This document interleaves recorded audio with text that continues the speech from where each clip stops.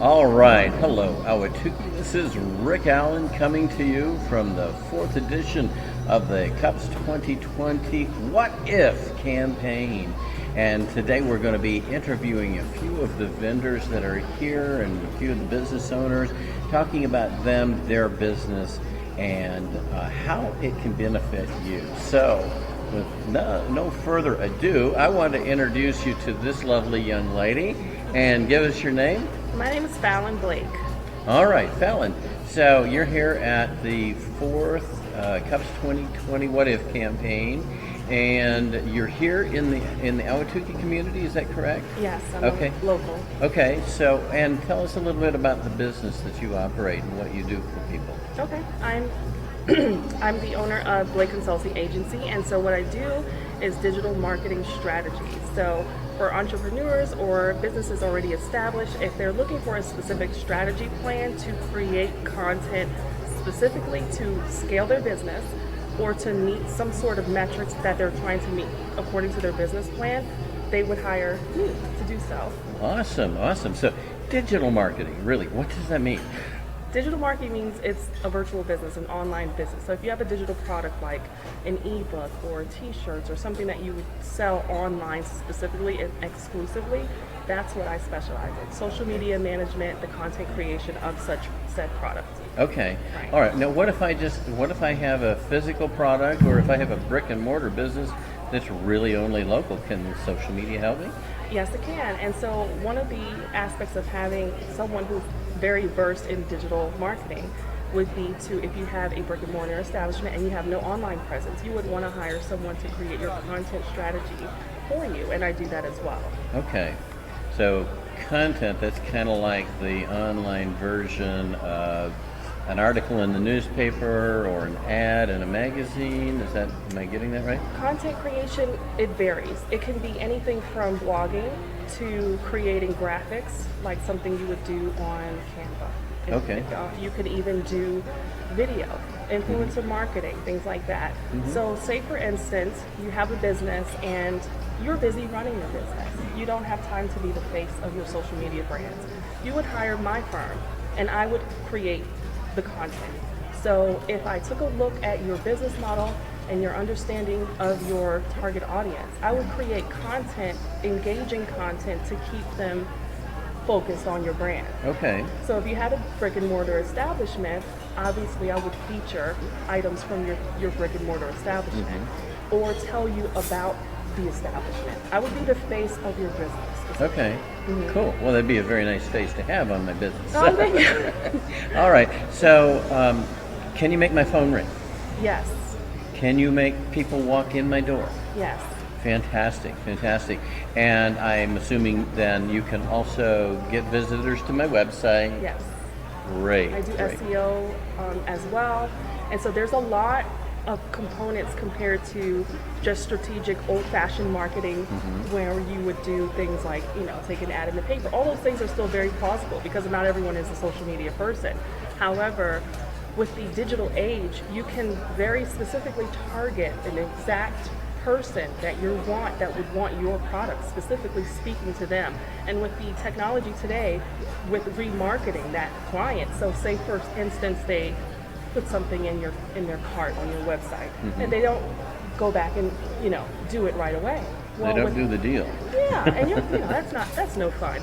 But if you have very specific crawlers on your website that'll be able to match that person, what happens is when they go to other social media, that where you have your Facebook ads or your Instagram ads, they're remarketed. Like, hey, remember me? Keep seeing it over and over and over again.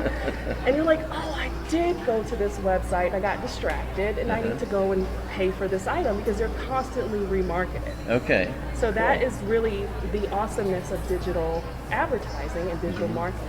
Okay. So it follows you into the mall and down to the other stores, and it says, you brought this up to the cart, right? I mean, you wanted this, right? Is that about right? Yes, Okay. that sounds about right. Yeah. All right. So, I mean, I think to a lot of people, when they see that, it's almost kind of spooky. It's like, are they following me? But they Yeah. really are, aren't they? It's an algorithm. It's called AI, artificial intelligence. Okay. Yeah, and it's very critical to how businesses are able to extract data from their target audience and what they want. It's almost as if Big Brother's listening. Yeah. Or big sister. Or Big Sister. Exactly. Whichever you choose. Yeah, it can be really, really lucrative if you have the right target audience and the right profile. You have to understand something with social media. Every type of person doesn't use the same social media.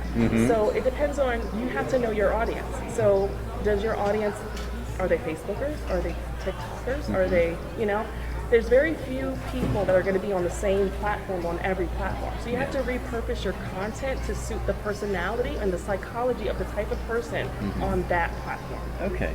Not too unlike back in the old days. We would used to say, okay, well, people who are like me or who might buy my stuff, they read Time magazine. So I'm not going to advertise in Harper's. So I'll advertise in Time magazine. Right. So the same kind of a deal. Yes. And this is pretty expensive then, right? It can be. It depends.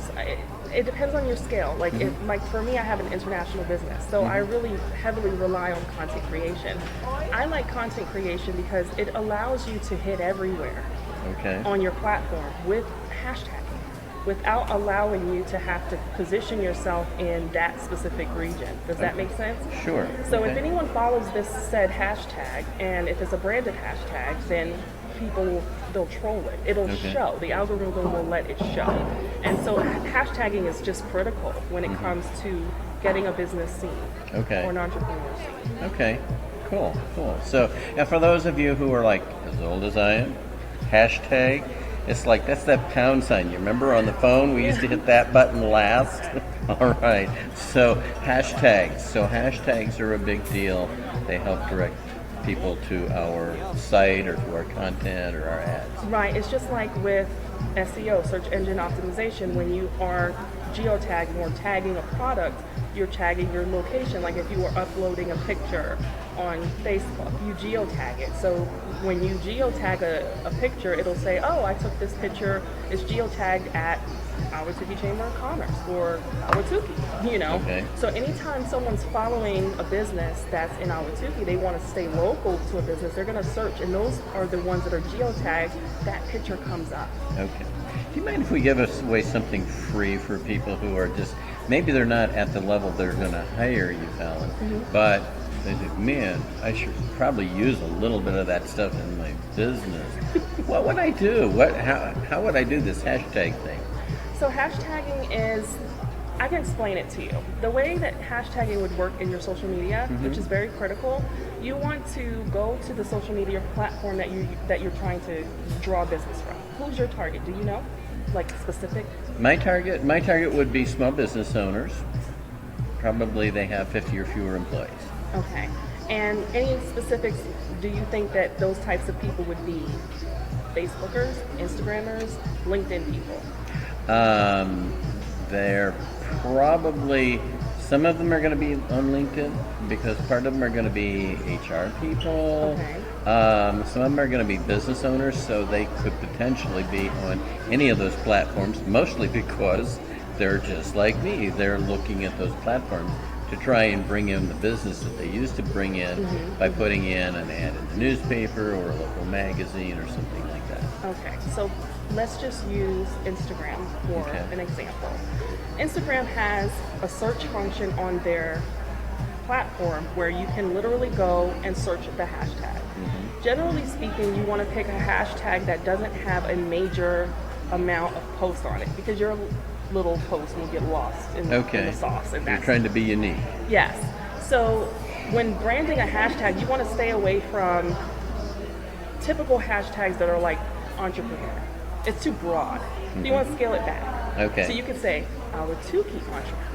Okay. Does that make sense? Sure. And then if you want a specific... Would that be two hashtags? Nope. Or one hashtag one together? Hashtag together. So hashtag Awatuki entrepreneur. Okay. And then you can try the hashtag just Awatuki. Does that make sense? Okay. So anytime someone looks up anything with Awatuki in it, your post will come up.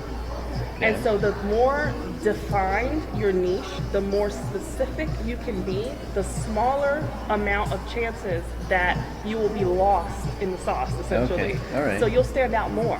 Because what happens is, like with Twitter, you have to consistently keep going because Twitter moves really fast. And so advertising on that is tough unless someone sees it. It depends on when it's rolling through that feed. Okay. Instagram isn't as fast like that. LinkedIn isn't like that. Okay. TikTok is like that. Okay. So right now, one of the popular elements to the hashtagging is TikTok, because TikTok is not an oversaturated platform like Facebook is. That means ain't that many people out there yet. But it's growing, and so Yes. it gives you a chance to scale up your business quicker, because you're not fighting through all this dust and having to be super niche specific and super creative at the same time. Okay. But hashtagging will allow for you to be seen for free.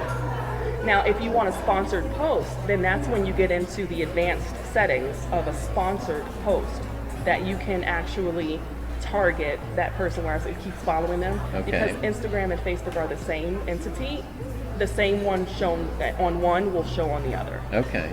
All right. All right. So, it doesn't cost me anything to do hashtags. No, it's Pretty free, cool. and Okay. but it's time consuming. Okay. Because creating content, like for me, I would create graphics. I like to do carousel graphics where you can fill up the entire post for 10 posts. So you put your information and you try to keep them engaged. If you're teaching someone something, that is for free. You're giving away a piece of your business, right?